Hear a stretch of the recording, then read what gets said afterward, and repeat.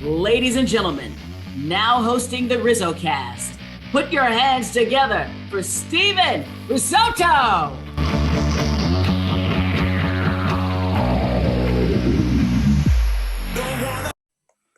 What is happening, everybody, and welcome. This is episode number 62 of RizzoCast. I'm Steven Rissotto, joined with Jasper, Lindsey.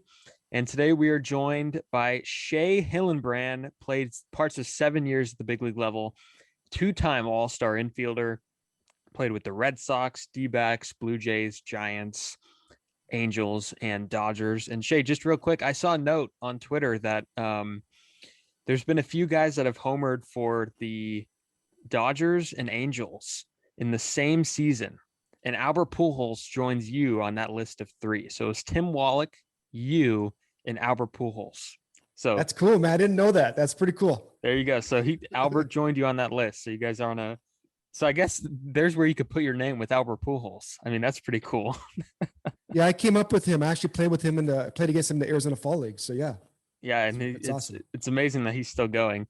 But it's nice to have you on the show. We're going to get into your career and post-career in just a second, but we always like to pick former big leaguers' brains about, today's game. Are you still watching baseball? Are you still kind of keeping up with what's going on in the league? I never watched, but first and foremost, thank you so much for having me on. I appreciate this opportunity with you guys' time and thinking about me to add value to maybe to your listeners. But I don't watch baseball. I never watched baseball when I played. I've watched one full baseball game my whole career, my whole life, matter of fact. So when I finished playing, obviously, other than the games I played in, I sat down one day and I said, I'm going to watch one full baseball game. And I sat down and watched the Yankees. I don't even know who they played. This is like right shortly after I retired. And I wanted to headbutt a butter knife. I just couldn't sit still. It drove me nuts because I'm one of those guys, I'm super I'm super committed. I'm super competitive. And I just analyze the heck out of the game. Okay, he's throwing this pitch here. He's doing this here. Why did he swing at that pitch? Why is this dude hitting 210, man? It's so hard to hit 210 in the big leagues, man. If you hit 210, we have a problem here. So one year I hit 265 and I was ready to, do myself in. So I don't watch too many games right now. Yeah, you said you don't watch too many games, but the game has definitely changed since you last played. What are you seeing in the game today that was different from your playing time? And it's funny because I think about maybe what I played, the old timers. I guess I'm an old timer now. I'm 45. That played before us. You guys don't know crap, man. We had all these drugs in the game, and we drank beers and hot dogs before, and then I was kind of in this steroid era of steroids being prominent. 2003, they started kicking that in, or pushing that out with the Mitchell Committee, and then towards the tail end of my career, that's when you start really taking your fitness and your recovery and taking care of yourself seriously. I think just as a generation whole, I think the perspective shifted. I think we don't know how to navigate failure. I think now failure is not, it's totally accepted. I was talking about this yesterday on a podcast where okay, when I failed, when I played, I use that failure to go, okay, how do I analyze this? What do I need to do? How do I make this adjustment? What do you do? I have to go work. I have to go put in extra work. I got to do extra study. I got to do this, got to refine this skill. I got to make this adjustment here. But now it's okay, the game's morphed around this failure and the long ball. And okay, you could hit 210, which is an astronomical failure. I don't care what anybody says, any analytic or whatever. That is a huge failure as an offensive player, as long as you could throw up 25 or 30 home runs. So, everything's just shifted to where it's when we get to the point of failure, what happens from there is that for the vast majority of people, that goes into, fear creeps in and then self-doubt. And when you have self-doubt, you become a softer person. And then what you do is you go to areas to mask or to numb those pain points. And for there, it's crazy, man. I can't tell you how many times I got on first base because I was pissed off at the pitcher or the other team or whatever. Because I was hoping the guy behind me would hit a ground ball so I could blow up the second baseman, the shortstop, in a double play.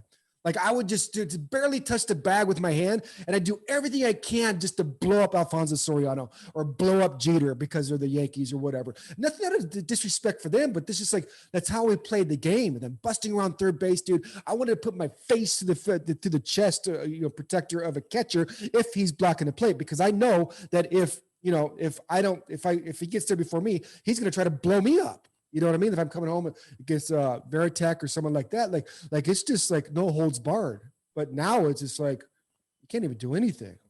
You know, like if you're stealing signs when we're playing, dude, you're getting the ball to the head. Like I hit a game-winning home run off Mariano Rivera at Fenway Park. The next day, I got to a 1-2 count. I have it. He threw the ball at my head. Just not to hurt me, but this is in the signal. Hey, work, you got me yesterday, but you're not going to get me again. So we've taken that out of the game, and it's one of those things to where, the game evolves, society evolves. We have all these metrics now. We have all these areas that we can study the game, but where I struggle is it's petering down. It's trickling down to the high school level.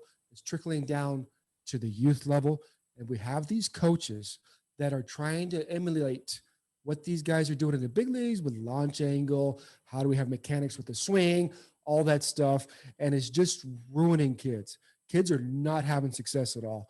They're not having fun. And with the fast-paced society, instant gratification, all that stuff, these kids need some sort of instant feedback, and they're not getting that.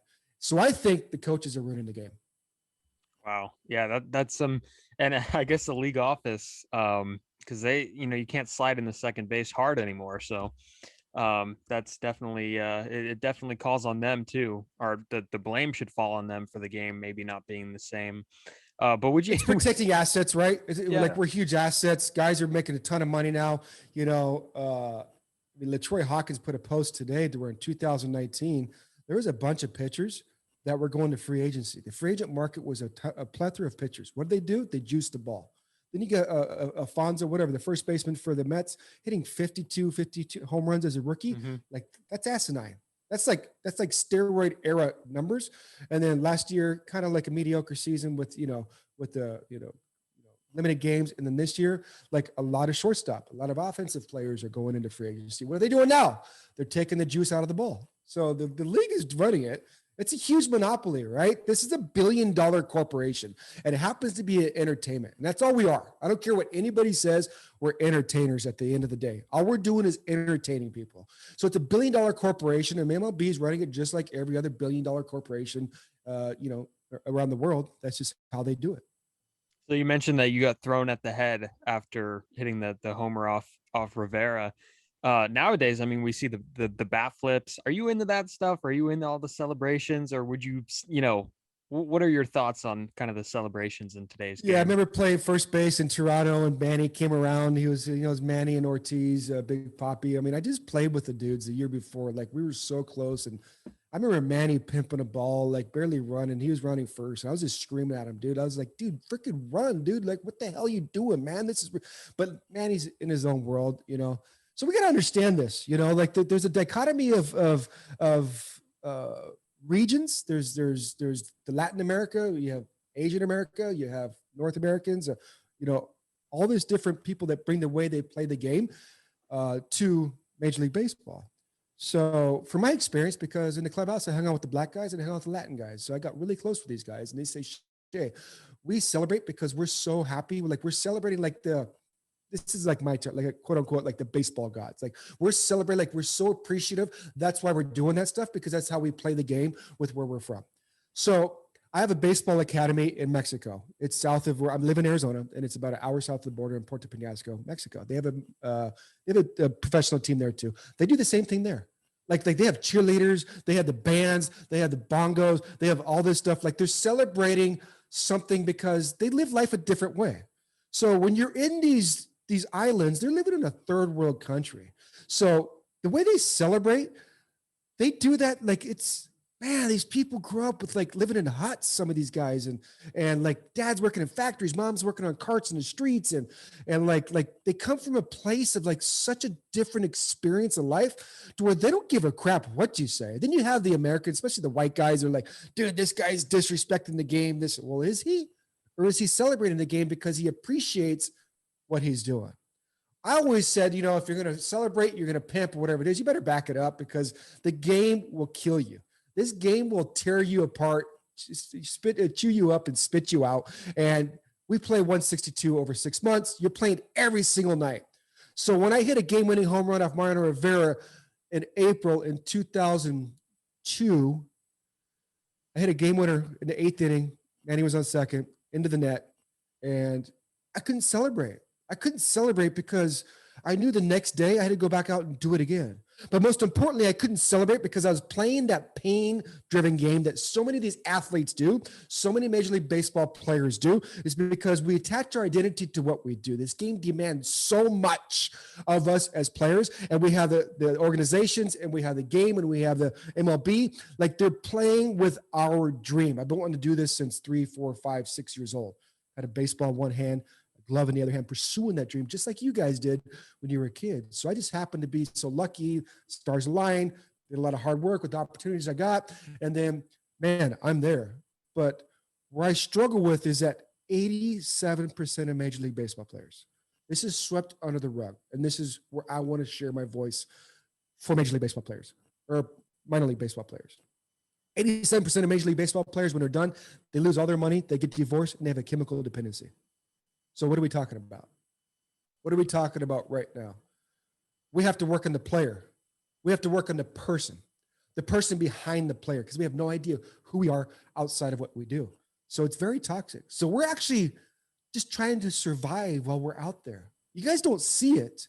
You guys can't see it because we put on a good front. We know how to perform once we get on stage. We lock into that tunnel vision. But man, we're struggling with our marriages. We're struggling with our families. We're struggling with our money. We're struggling with our identity. We're struggling with ourselves internally. We're struggling with who we are, but we're taught to perform. If I just perform, and if I go out there and hit the baseball, I can have success. And I can go out there and make a ton of money, and they'll give me an opportunity. But at the end of the day, what does that matter? What does that matter at the end of the day if I don't know who I am, if I don't know how to navigate those pain points in my life? If I shift it, if I have a negative perspective about those pain points that drive me to the top to be able to go out there and perform every single night in front of 40,000. Let me tell you what, there's not too many things I experienced that were greater than suiting up in the clubhouse, walking down to the tunnel, getting ready to go to war every single night. That feeling you get is pure euphoria. It's ecstasy. It's adrenaline rush. It's dopamine release. It's go time. It's fight or flight. And that's crazy because we do that every single night. But check it out. We don't just go out there and just go to battle. We go out there and battle in front of 35 or 40,000 in the stadium. That feeling that you get is asinine. Then you become addicted to that as a player. And now you don't want to leave that. So everything revolves around that. Your marriage sacrifices, you as a parent sacrifices, your relationships sacrifice. I never even knew how to carry on a conversation, but you throw me a 2-1 slider away at 93 miles an hour, I put it off your face. So it's crazy how this operates. So when you say about bat flip, I tell you, Tatis, okay? Tatis, the dude's making, what is he, 24, 23, 21, 22, making 300? Like, where are we at? What does that matter? If he goes home at night and he doesn't know how to sit with himself and be complacent and not complacent, but to be able to sit there quiet in a space and live with who you are. So what does it matter if you're a Trout? What does it matter if you're Bryce Harper? What does it matter if you're a Machado? What does it matter if you're, Bauer with the LA, the pitcher? Like, what does all this stuff matter? Because at the end of the day, we're just people just like you. So it's extremely challenging for us, and it's totally swept under the rug. And it's like, dude, pull up your bootstraps because I'm struggling too, so I don't give a crap what you're doing. So toxic, where it led me to be one breath away from losing my life. So it's crazy. Yeah, I mean, you talk a lot about the path you took to the big leagues. And I mean, coming out, it's either you're a four-year university, high school guy. You went to junior college in Mesa, in Arizona. What can you tell me about taking that junior college route? And do you think that kind of helped you build yourself as a person a little more? The only option I had. Yeah. I was the number one soccer player in the state of Arizona out of high school. My childhood dream growing up in LA was to play Major League Baseball. So I'd sit at the top deck of the stadium. My mom had season tickets, my best friend, myself, and her. I had my chocolate malt in one hand, my nachos in my other hand, and I'd sit at the top and say, you know what? I'm going to be down there someday. So what happens is so many people that are listening to this and watching this podcast don't understand the superpowers that we have as people. So if we don't know who we are because we're numbing our pain, because we don't know how to navigate the daily life, what happens is visualization is a number one tool that we have. So I'd visualize myself down there. I didn't even care about the players. I didn't even care about getting autographs. My favorite player was Steve Sachs. So that shows you how much I didn't care about the players. He couldn't even throw the damn ball to first base. All right. But he was an underdog, and he was the guy out there like the runt of the litter that just made stuff happen. So I had to visualize. I'd hear the crack of the bat, the roar of the crowd. I'd smell the grass. I'd feel the buzz of the crowd. I'd engage my senses. And most importantly, I'd hear myself now batting, number 29, Shea Hillenbrand, over the PA announcer. But from there, I'd go home at night, and I'd lay in bed and envision being in front of being in the stadium, what it's like, breaking it down to the minute detail of that. So I had no chance to play anywhere out of high school. I barely made all city. I walked on at Mesa Community College and made the team because of my work ethic. I was the first guy there, last guy to leave. You hear this stuff all the time, but you don't see it. You see guys that don't know what it's like to commit. You have to be obsessed if you want to pursue a dream to the level of that. So I was there every single day. I couldn't even hit a baseball when I got there. After my sophomore season, I became the number one player in the state of Arizona. I broke 5 of the 8 offensive categories, like rocked it as a shortstop. I got drafted by the Red Sox. I go tell all my friends I got drafted by the White Sox. I had no clue what team I got drafted by at 20 years old, not 18, 17, at 20. They're like, what are you talking about, dude? Like, you got drafted by the Red Sox. They're like one of the most prestigious teams in history of baseball, 1918, Babe Ruth. And I'm like, wait. I'm a Dodger fan, man. We show up in a third, leaving the 7th to beat traffic, listen to Vince Scully on the radio. And for 2, I don't give a damn what Sox it is. I'm going to the big leagues. I don't even care what you say. So I lived in the batting cage. I just went and worked, and I worked, and I worked. And I observed. You have to be observant. You have to be aware of what's going on around you guys. You have to be aware of who's doing podcasts if you're doing podcasts. You have to be observant. You have to study. You have to do this. I go up to a coach. Can you help me with this? Oh, screw you. Can you help me with this, dude? No. I'll screw you too. So I was like a bull in a china shop. There was like, dude, I was on a reckless abandon of getting to the show. So I didn't care who it was. So in 5 years, I got player of the year 3 of the 5 years. I quit after my first year. I hated it so much, but I went back because my identity. I was chasing and I was running away from that pain I felt from my adolescence. So do I really love baseball? No. Do I appreciate it? Yeah. Do I have a respect for it? Yeah. But you know what I really love? I love helping the players. I love helping the kids through that platform because I gained skill sets that very few people in the world have the ability to ascertain. Because skill sets have utility. So whatever you're doing, you have to gain those skill sets. So from a junior college route, I go to get drafted and you go to spring training. And what happens, you have the high draft picks that walk around, that got that chip on their shoulder. I'm a badass because I came out of high school and I'm number 1 in high school. Or I came from a D1 school. I actually played with a guy that just won the World Series for the Florida State. He came a little bit late my first season and I just tore him up. I said, dude, you're a big PUSSY, dude. Like, get the hell out of here, bro. I'm going to crush you. Get on the mound, dude. I'm going to crush you because I worked, I trained, I mastered those skill sets. I had repetition after repetition, man. I've swung a baseball bat 1 million times. I'd be an idiot if I couldn't hit a major league fastball, right? 1 million times, 60,000 times in the off season, over and over and over, running from that pain, or trying to numb that pain. And then you have the guys that are low round draft picks that are like, dude, I have no chance. The first rounders get all the opportunities and all the first rounders get all the money and all the first rounders have the idea like, I'm going to get all the opportunities. So they don't take advantage of that. And then you got the guys down here that like, I'm not going to have an opportunity because those guys get all that. So they don't take advantage of it. And you got the guy in the middle that knows he has it, that just needs one opportunity. And that's the junior college route. That's the guy that comes in, takes care of business and just works and works and works. And that's it. It's that simple. Yeah, and yeah, we always wonder this for players. What is the mindset for you? Like, first coming up to the big leagues, was there kind of like a sense of confidence? Did you feel like you belonged right away? Was there something to prove right away? How did that work? You get immersed. That's a great question, bud. You get immersed in what you do. This is my dream, dude. I've been working on this my whole life. So once I get that opportunity, I have to do everything I can. See, just check it out. There's two things you can control when you go into a situation. And this is where so many players lax, because I'm telling you, dude, there are so many better players in AAA than the big leagues. It's insane. Because I've rehabbed, I've been down there. I'm like, what are y'all doing here? Like, dude, you guys are like so much better, but I figured it out. There's two things you can control when you get to an opportunity: how you prepare for it and how you present yourself.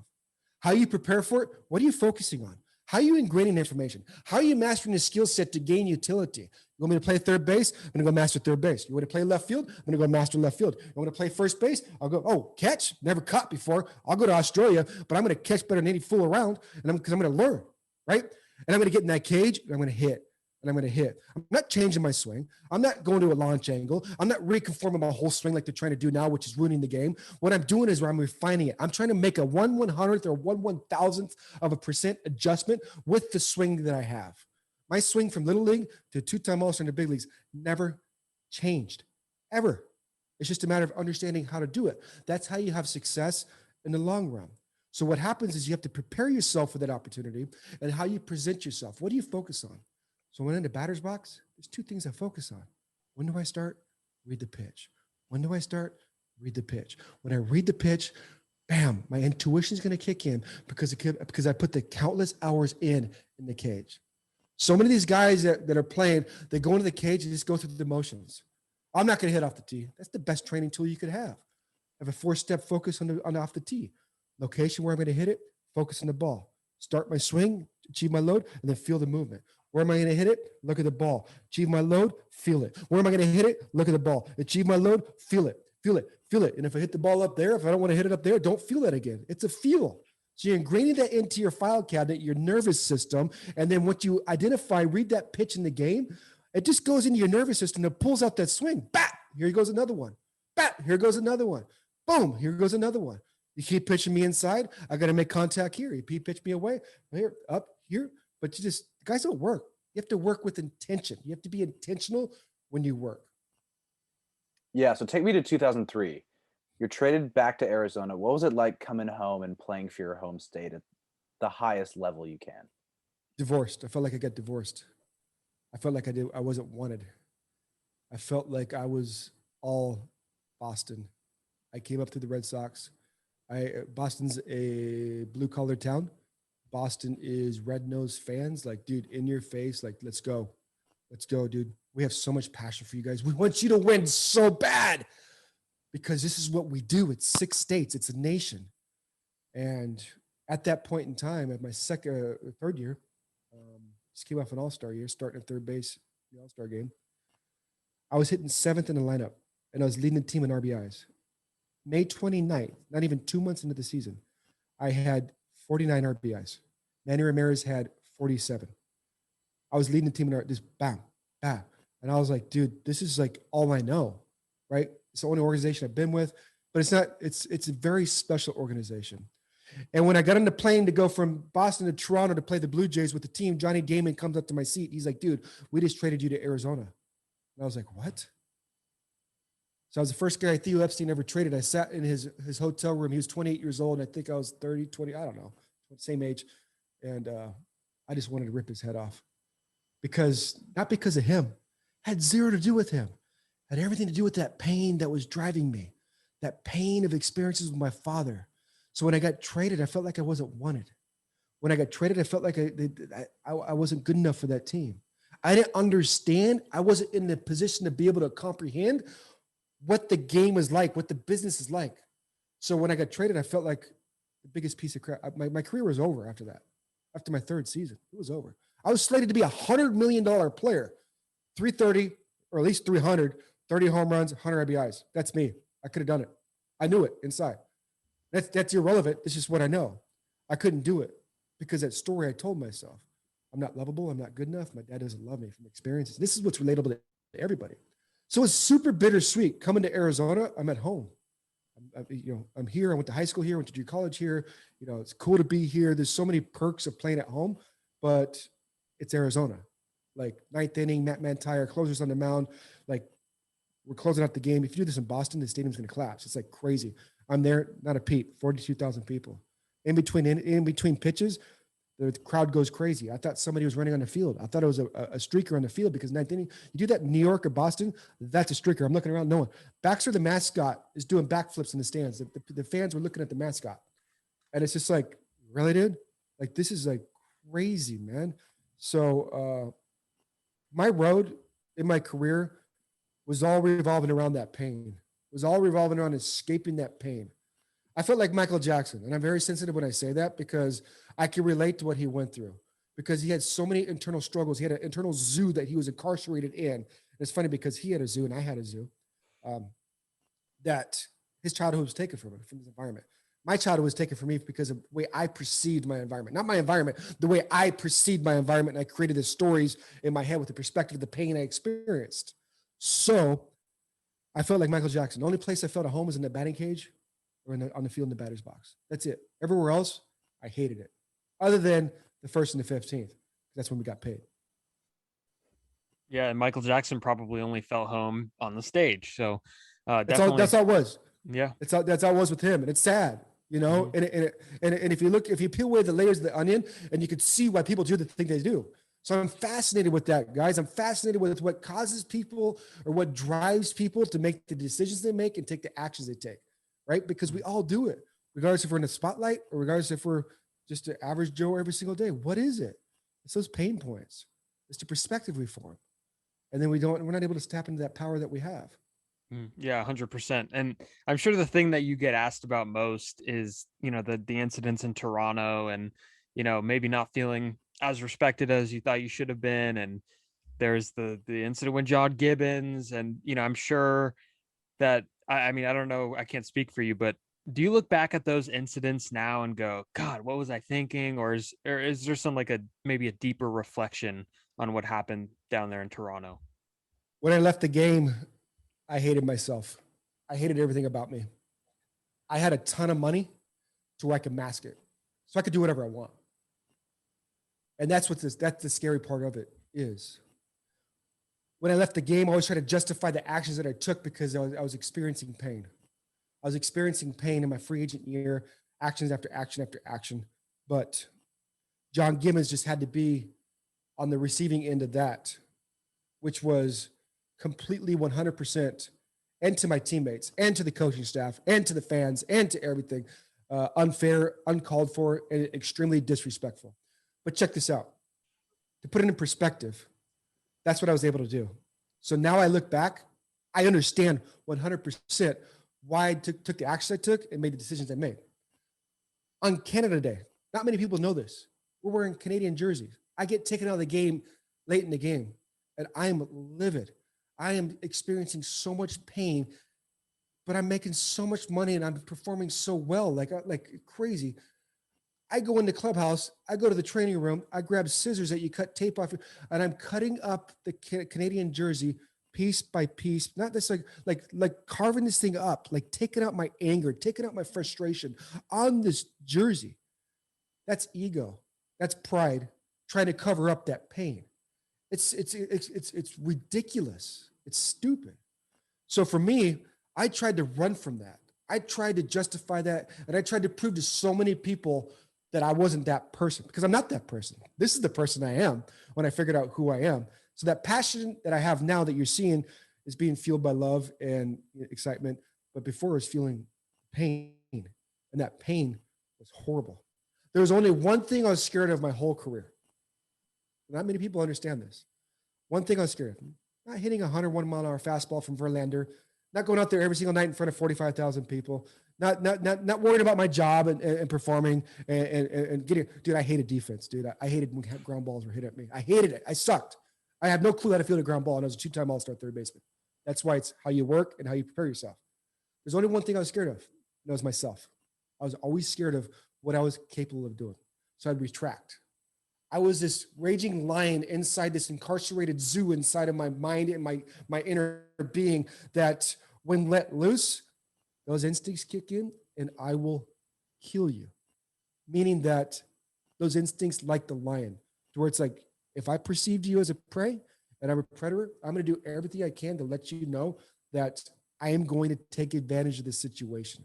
because I had this incarceration of this zoo, of these experiences, of these stories, and all these perceptions, and all this pain and all this hurt and all this guilt and all this shame with everything that I did. So every incident that I did playing Major League Baseball was driven from that exactly. So it was horrifying. It's horrible. Like who wants to be on ESPN saying that Shea Hillenbrand's the cancer of the Blue Jays? They got in a fight with John Gibbons in the clubhouse. All this stuff all over ESPN. Like, it's mortifying. It's like you just want to die. So at that point in time in my life, I was making $5.8 million and I just wanted to die.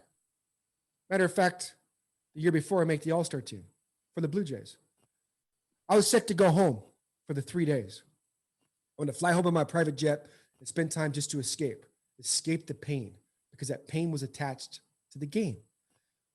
We're going on the field in Fenway Park as a Blue Jays. We're playing the Red Sox, and I'm walking the field for batting practice. John Gibbons comes over to me daintily because he's worried about what the hell I'm going to do, because I was a complete asshole. And he reached out his hand. He says, "Congratulations, you made the All-Star team. The players voted me in." And I was like, "What? Made the All-Star team?" I was pissed. I was livid. I'm going home. I can't even process. I'm not even in a position to understand that I'm living my childhood dream, making millions of dollars, doing what so many kids do in the United States want to do. And I'm doing it, and I hate every aspect of it. So I fly home. I take a Citation 10 jet, the fastest civilian jet in the world, to the All-Star game from Chandler, Arizona to Detroit, Michigan to play. I'm flying 64,000 feet, going 640 miles an hour, pilot, co-pilot, 10 multi-million-dollar jet myself. I'm looking out the window. I can't see the ground. I'm so high. You know what's going through my mind? I fucking hate myself. I hate everything about this. So how can you put perspective to an incident with John Gibbons in the clubhouse? How do you justify that? How do you take a stance on it? You can't. But what you can do is peel back the layers of the onion, and you could actually rewrite history. You can rewrite what happened with your perspective of that, because that perspective of what happened in that clubhouse, what happened with me on the radio with Theo Epstein calling him a faggot on the radio, which is despicable, which I would be like, dude, like I would punch myself in the face right now if I saw my teammate doing that. It's insane. So what happens is you could rewrite history. So what I did is I peeled back the layers of the onions, and I went back and I said, why did you do this? Why did this character in your story play the game that way? Why did your story play out that way in that chapter of your story? And when I peeled it back, I saw that. I reverse engineered it. Actions, decisions we make come from our beliefs and values. I didn't have any beliefs and values. All this stuff, reverse engineering, goes to these 5 things. It goes to pain and pressure. We all experience it. It goes to perspective from that pain and that pressure. And your experiences in life are going to form that perspective and from that pain. And then from there, that allows you to tap into the power you have from within, that allows you to listen to that voice inside guiding you, that allows you to become the fullest version of yourself, or it limits you. And it drives you to a place of an abyss of nothingness. And from that, from the pain to the perspective to the power, then you go to purpose, because you start to get creative. I never thought in my life I would ever be doing this. It's the last thing I thought I'd be doing when I was playing baseball. I was like, screw that, screw everybody. I'm going to ride off in the sunset and do my own thing and escape my internal world of hell. But once I pulled it back, I changed my perspective. I rewrote the history. You can't change the experiences in life, but you can change your perspective to those experiences, and it makes a shift inside yourself. And once you do that, you tap into a deeper power of who you are. You discover who you are. You discover gifts and talents you never had. You discover a purity. You discover a confidence. You discover self-worth. You discover all this stuff that it's like what I experienced in a Major League Baseball field, I have now off of the field. And from there, you go to purpose. And from purpose, go to profit.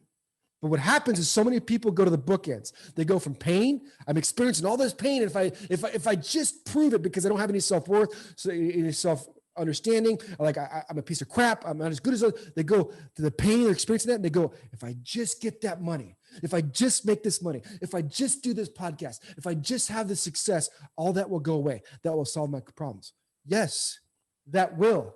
But you got to go to the 3 middle parts: perspective, power, and purpose. If you're not living on purpose, if you're not doing something that you love to do, gaining those skill sets, gaining the utility, if you're not doing something that you love to do, and if there's something that you love to do is not making an impact and adding value to other people, you'll never, ever, ever find fulfillment. And that's the formula. Yeah. And I mean, you already alluded to it, but being a professional baseball player is probably one of the most stressful jobs on the planet. You're never with your family.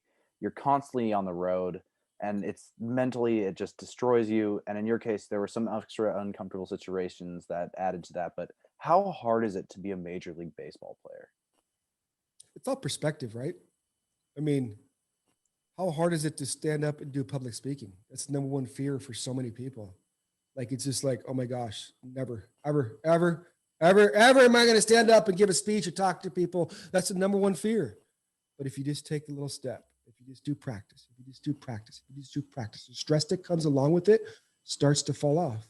Now you start to stir up a hunger because you're gaining utility with that skill set. And once you gain utility with that skill sets within whatever you're trying to do, Major League Baseball, playing baseball, now you have consistency. From consistency, you get competence, self-confidence, all that stuff's all relevant. So when you guys are rocking it in Little League, once you keep going and gaining that utility, the skill sets, it's just all relevant. It's the same thing in high school and then junior college or college and then minor league baseball. Like, how's this going to happen? Oh my gosh. Well, you just keep doing, gaining more utility, refining those skills, becoming aware, making that adjustment.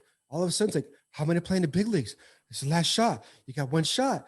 Go out there, gain a little bit more utility, more consistency, understand, put yourself out there. Once you put yourself outside your comfort zone, that's when you start to grow.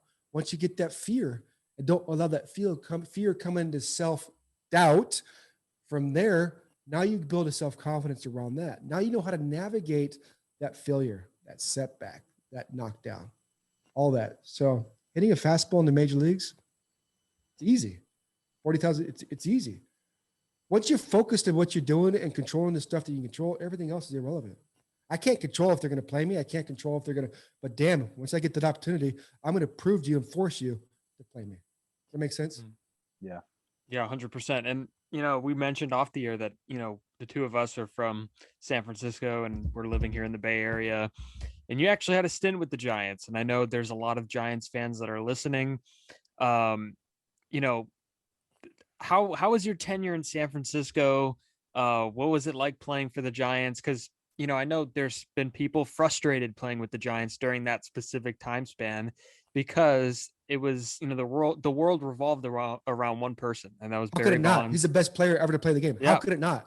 How could it not, man? That's what freaking drives me completely nuts, dude. Like when you have when you have a CEO of a company, it revolves around him. Yeah. When you have someone who's producing and performing so much better, it can't not revolve around them. Are they going to get treated differently? Hell yeah. Are they going to get away with different stuff?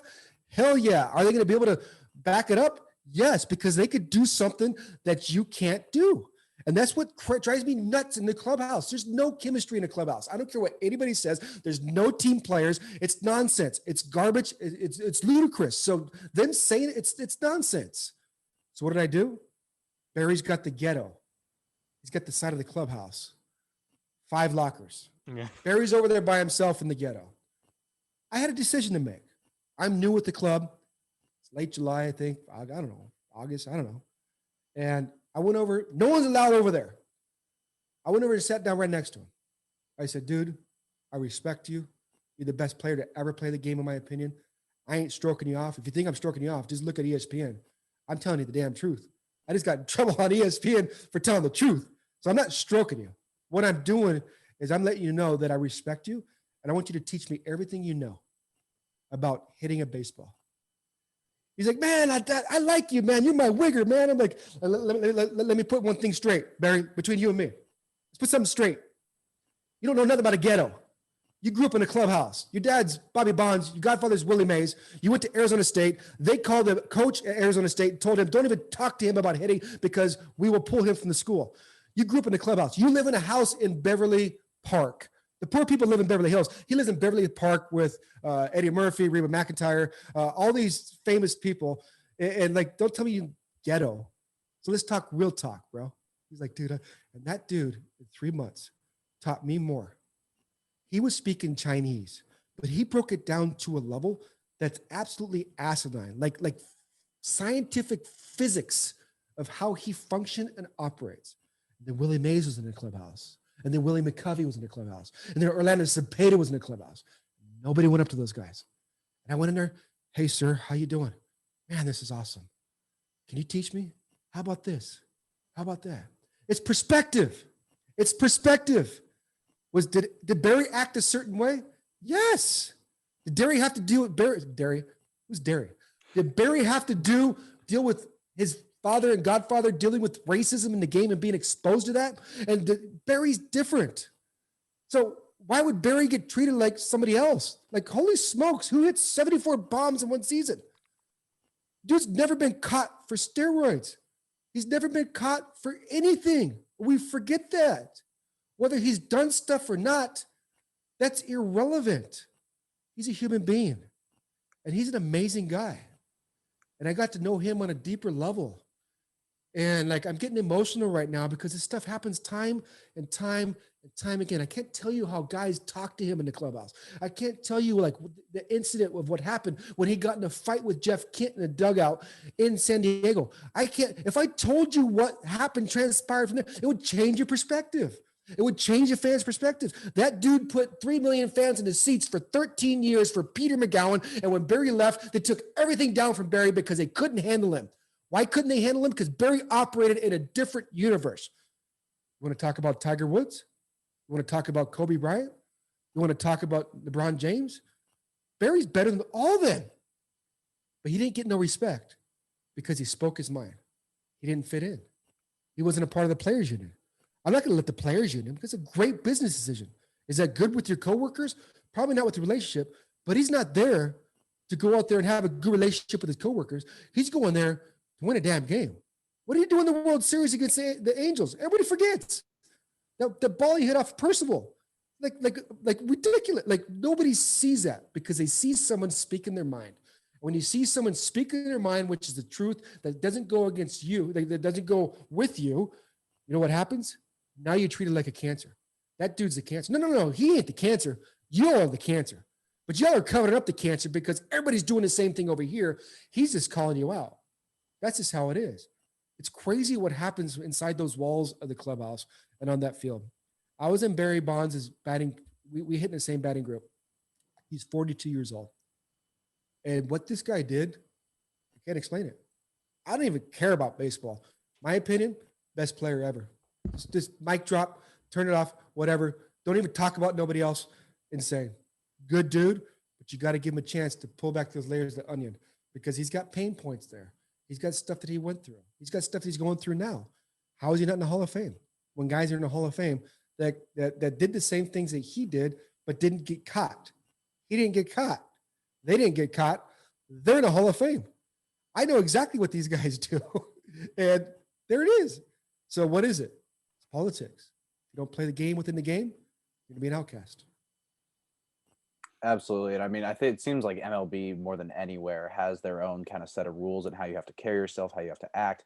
But take me, so you're 30 and you decide to step away from the game, a career. 32? Yes, sir. All right. So you're stepping away from a game and a career that kids across the U.S. can only dream of obtaining. How hard is it to leave the game behind and move on? Easy. It's easy for me because I was running from that pain. What people don't realize, fans don't realize, I'm 45 years old now. I still have dreams about playing in Major League Baseball games. I had a dream last night that I was going to go hit. I think you're playing Detroit. I think I was with the Angels. And I was DH and I couldn't find my batting glove. And I'm like, oh my gosh, I'm not going to go hit. I got to perform. I got to take advantage of this opportunity. I got to show them because they're trying to get me out of here. I need to prove this. Like at 40, like that's my past life. It gets so ingrained into your DNA of what you have to do because you have to sacrifice so much. You have to be obsessed for what you do that it's just like, it's crazy. So I'm sitting on the couch after my 7th season at 32 years old, my firstborn son in my arms. All the accolades, all the accomplishments I had on a Major League Baseball field was insane.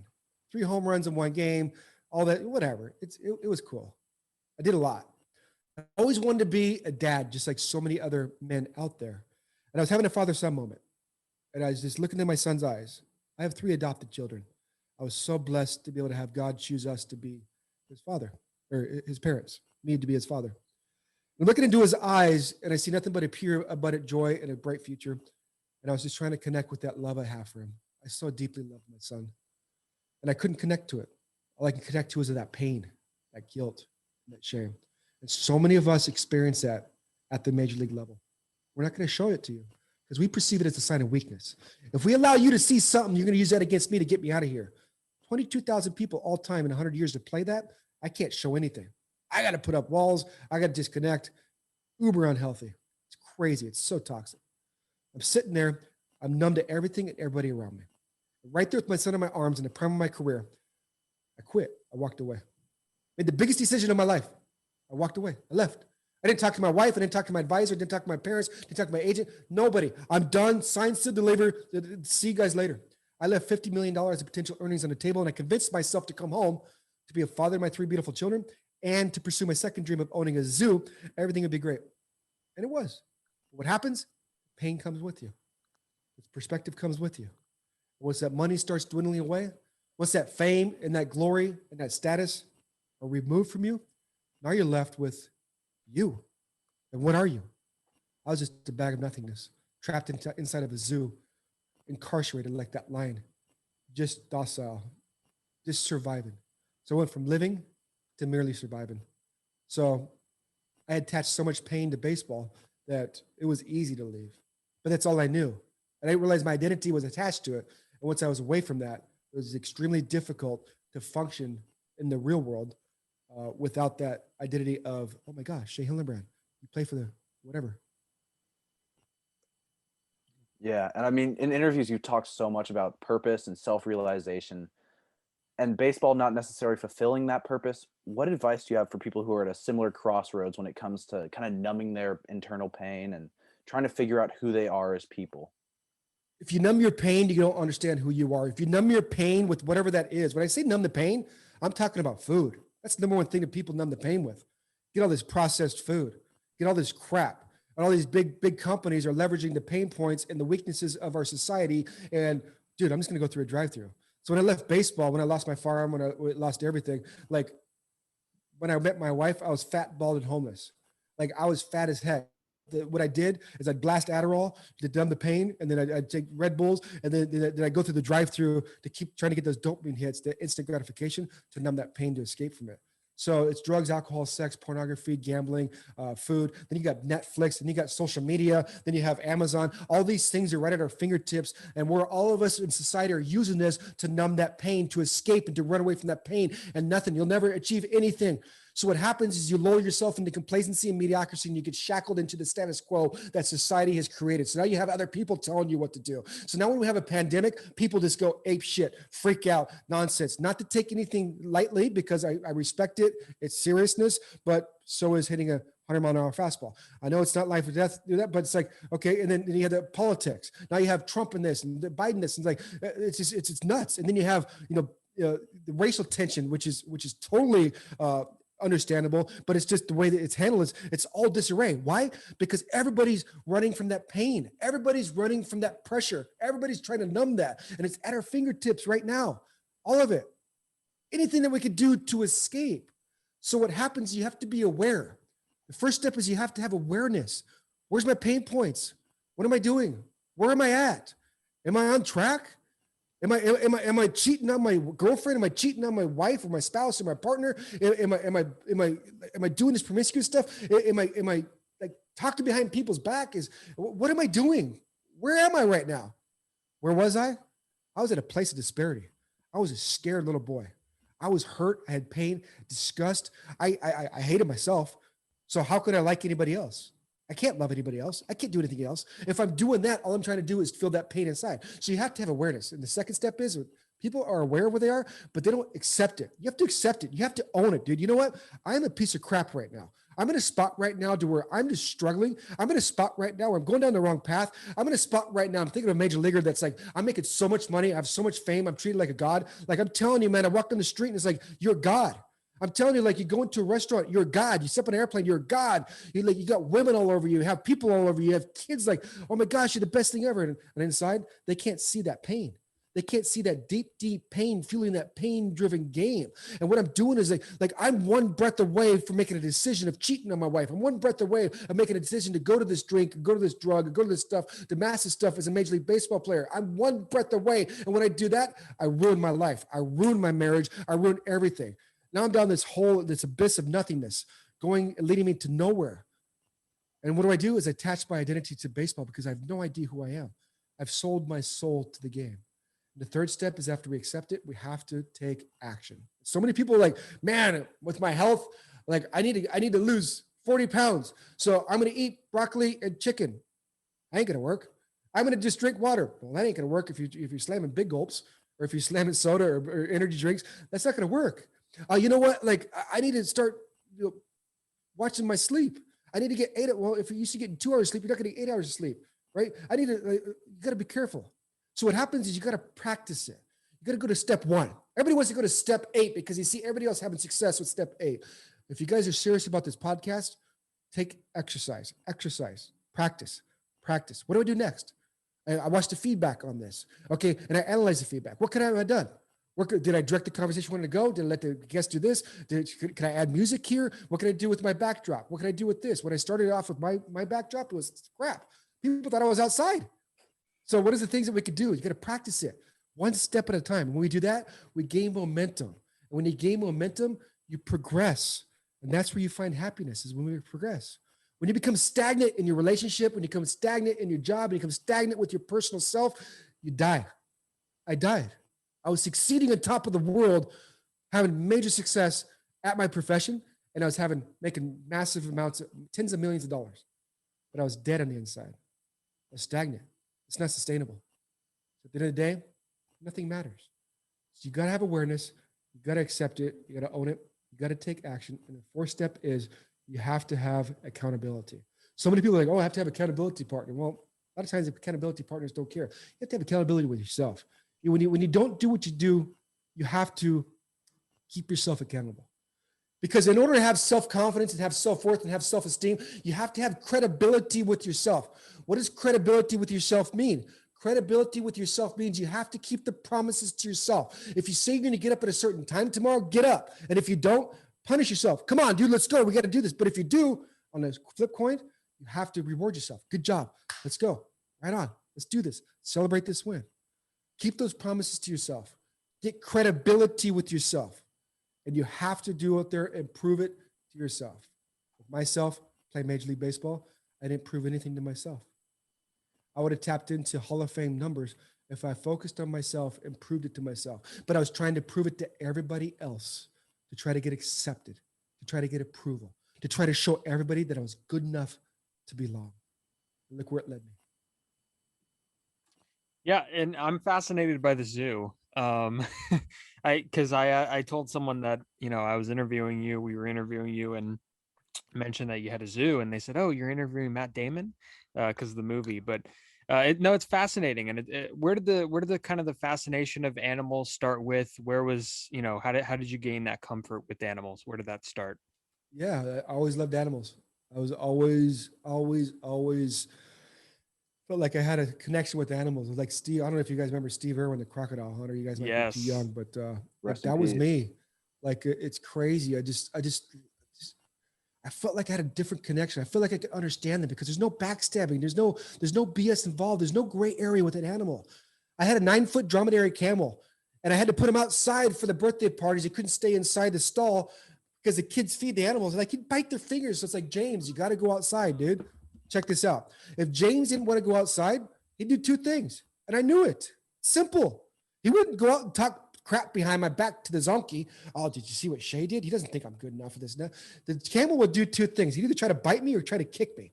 And if he wanted to do what I asked him to do, he'd subside and he'd let me pet him. So it's like the connection with animals was my escape. It was like it was escaping my internal hell. So like the world that I created when I was a kid, when I went outside to throw a ball against the wall or hit a ball off of a tee or kick a soccer ball on the wall, it wasn't for the love of the game. It was for me to escape that world of hell and find that solitude and that peace for that half an hour or that hour. And all of a sudden I get myself lost in that. And I go down to high school and I throw the ball 300 times against the wall and I master throwing and gain my strength of my arm. But I was escaping that world because I didn't want to go back to my house because I didn't have the tools to be able to navigate the pressure and the pain in that area. So with the animals, I had 2 dreams when I was a kid: play Major League Baseball and own a zoo. I was in junior college. We sat down and like write out what you're going to do in 10 years. I wrote it down verbatim, what I was going to do in 10 years from that day in junior college. And I was the only person to get it correct. And they laughed at me. When I was in elementary school, they laughed at me. When I was in gym, everybody laughed at me. Well, whatever, watch. I'm going to do it. I'm going to go out there and I'm going to do it. So I purchased a $5 million horse farm, 38 acres, and I accumulated 300 farm and exotic animals. And I had this vision of rescuing these animals that have been neglected and abused and abandoned and put them in a position to impact children's lives through my foundation Against All Odds. So from there, I'd focus on inner city disabled and child crisis children. I bring them out. I rescue these animals. I mean, I remember having sheep in my bathroom, my powder bathroom, and I'd be feeding them, like putting IVs in them and just caressing them with unconditional love. And it's like, that was my escape of my hell. That's me. Like that, when you peel back the layers of the onion, that's me. Not the guy that yelled at John Gillens or did that, or the cancer in the clubhouse or whatever. All that was from a story that I created from experiences and the pain points of my life. So I get these animals and they'd be barely alive. Like their soul be barely like functioning, like gone. And I just give them unconditional love. After 3 or 4 days, like the light would go on in their eyes. And I had 15 employees. I said, put this one out there. This one's ready to go. They're like, are you sure? I'm like, yes, watch. And kids' lives would transform on a daily basis. Time after time after time. I could sit here for 3 hours and tell you stories of what happened at that zoo with these kids and these animals and how they impact the lives of each other. So it was absolutely amazing. But like I said, I wasn't equipped. I wasn't able to tap into that full power in baseball. I wasn't able to tap into that full power with my zoo. So ultimately, the bank account drained. Didn't have any relationships because I was a very toxic person. I was fighting my internal zoo, and I lost everything. And by the grace of God, I did lose everything, because that's what it took me to figure out what I needed to do to get to where I am now. Because we all have a purpose. We all have a calling. We all have a power inside of us, a superpower. We all have that in us. But so many people are running away. They're stuck in complacency and mediocrity. Yeah, I mean, that's incredible. Do you think if it reversed and you tried and somehow you were able to get the zoo first and then play professional baseball, you would have had that self-growth necessary to succeed at the highest level? No, that's a great question too. But to be 100% transparent, no, because I didn't know what was going on. And when I was a kid, there's nothing else I'm going to do. I'm playing Major League Baseball. Like there's no plan B, no plan A, or no sub menus or nothing. Like I'm going there, and that's what's going on. Sorry. Yeah. You know what I mean? Like it might be hard for people, but that's how it works. You got to become obsessed with what you do. You got to become obsessed with mastering the skill sets, because those skill sets you gain utility. Skill sets, all of it's at our fingertips right now. What are we doing with our phone? Are we getting skill sets? Or are we numbing the pain to escape a reality? All right, well, wrapping it up, here's our last question. It's, what inspired you to tell your story, man? Because I mean, just listen to you talk. It's incredible. I mean, you can really hear the self-growth you've had since you played baseball, since you've done the zoo, since you've hit rock bottom. How'd you get back on your feet, and how do you want to convey this to young athletes across the world? Simply, I have an obsession for people not to feel the pain that I felt on top of the world, because that pain is so unbearable that you don't even want to live. I can't tell you how many times I drove around after everything and said, what's the purpose of life? What is this? I did it all.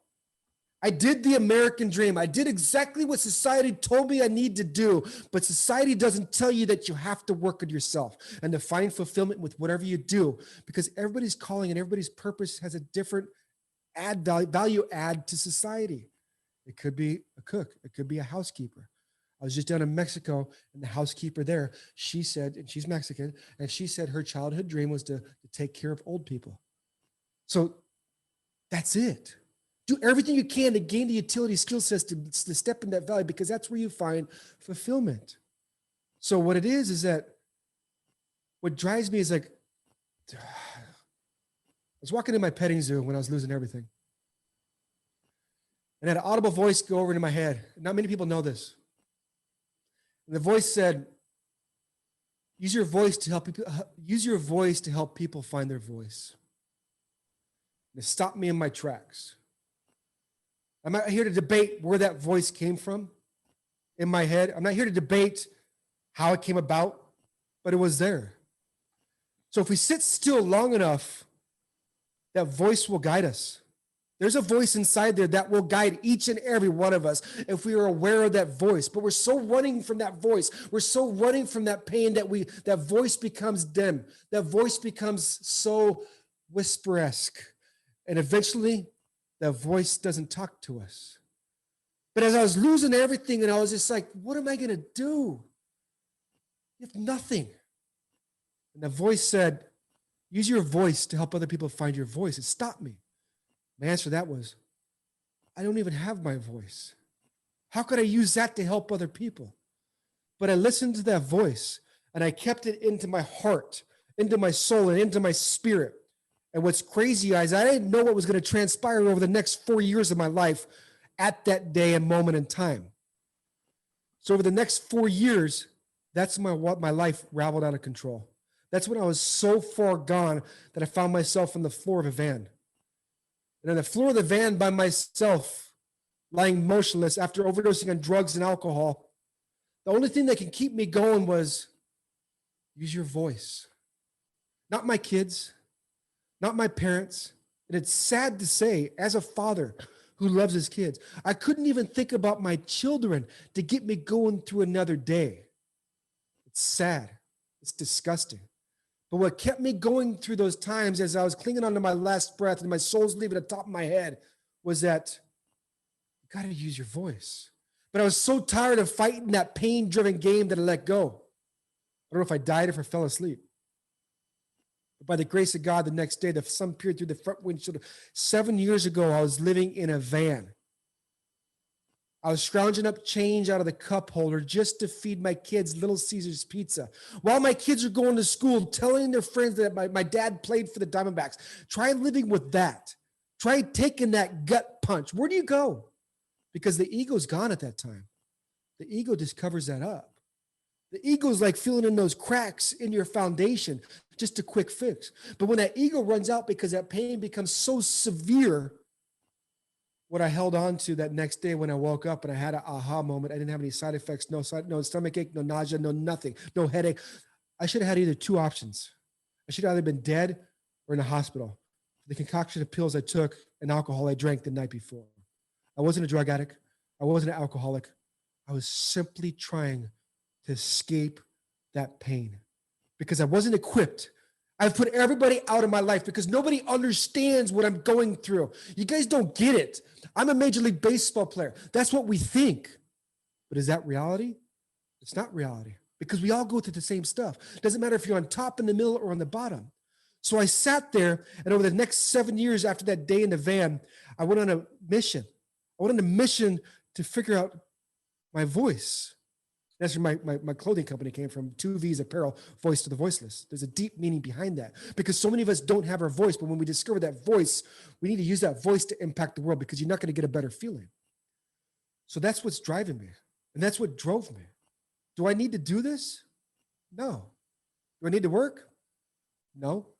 Do I want to find fulfillment? Yes. Do I want to live on purpose? I want to do what I've been called to do? 100%. I'll do this for free. But that's what it is. That's what's driving me because so many people are lost. And the thing is I want to share this lastly. This isn't theory. This isn't from a textbook. Like so many entrepreneurs, so many influencers, so many people doing courses, course creation, coaching, all this stuff, dude. It's all smoke blowing, dude. They're blowing smoke. This what I'm sharing and what I teach and what I do is 100% experience. And since I discovered who I was, when I peeled back those layers of the onion, what I figured out is that I need to gain skill sets every day. So I have the earpods in every day. I'm writing every day. I'm mastering the skill sets because I know these skill sets have utility. And I know my story has the ability to impact millions of people's lives. And it is what it is. We've all been given that voice, whether it's 500,000, 500 people, 5 people, 5 million, but we don't know. But if you stay focused on what you're supposed to do, find that purpose, find something, get creative, guys. What makes you tick? Are you doing a job that you're showing up to, but you might be making good money, but it's like, another day. I hear it all the time. Oh, it's Monday. What day it is? I'm doing the same thing every single day. And I'm going out there and I'm doing what I have to do every single day to master these skill sets, because I know these skill sets have utility. And if you live on purpose, the money can't not come. That's the byproduct. We have it all backwards. I was playing baseball to get noticed. I was playing baseball to make the money. I was playing baseball to get the fame and the glory. Hey, when I walked into a room, hey man, like, oh, that's Shea Hillenbrand. Oh my gosh, dude. Oh, dude, you know, I'm Shea Hillenbrand. I hit a home run off Mariano Rivera. I hit two All-Star, all that stuff. Now, I can care less. I have no ego. I don't go into a room to try to compete with nobody.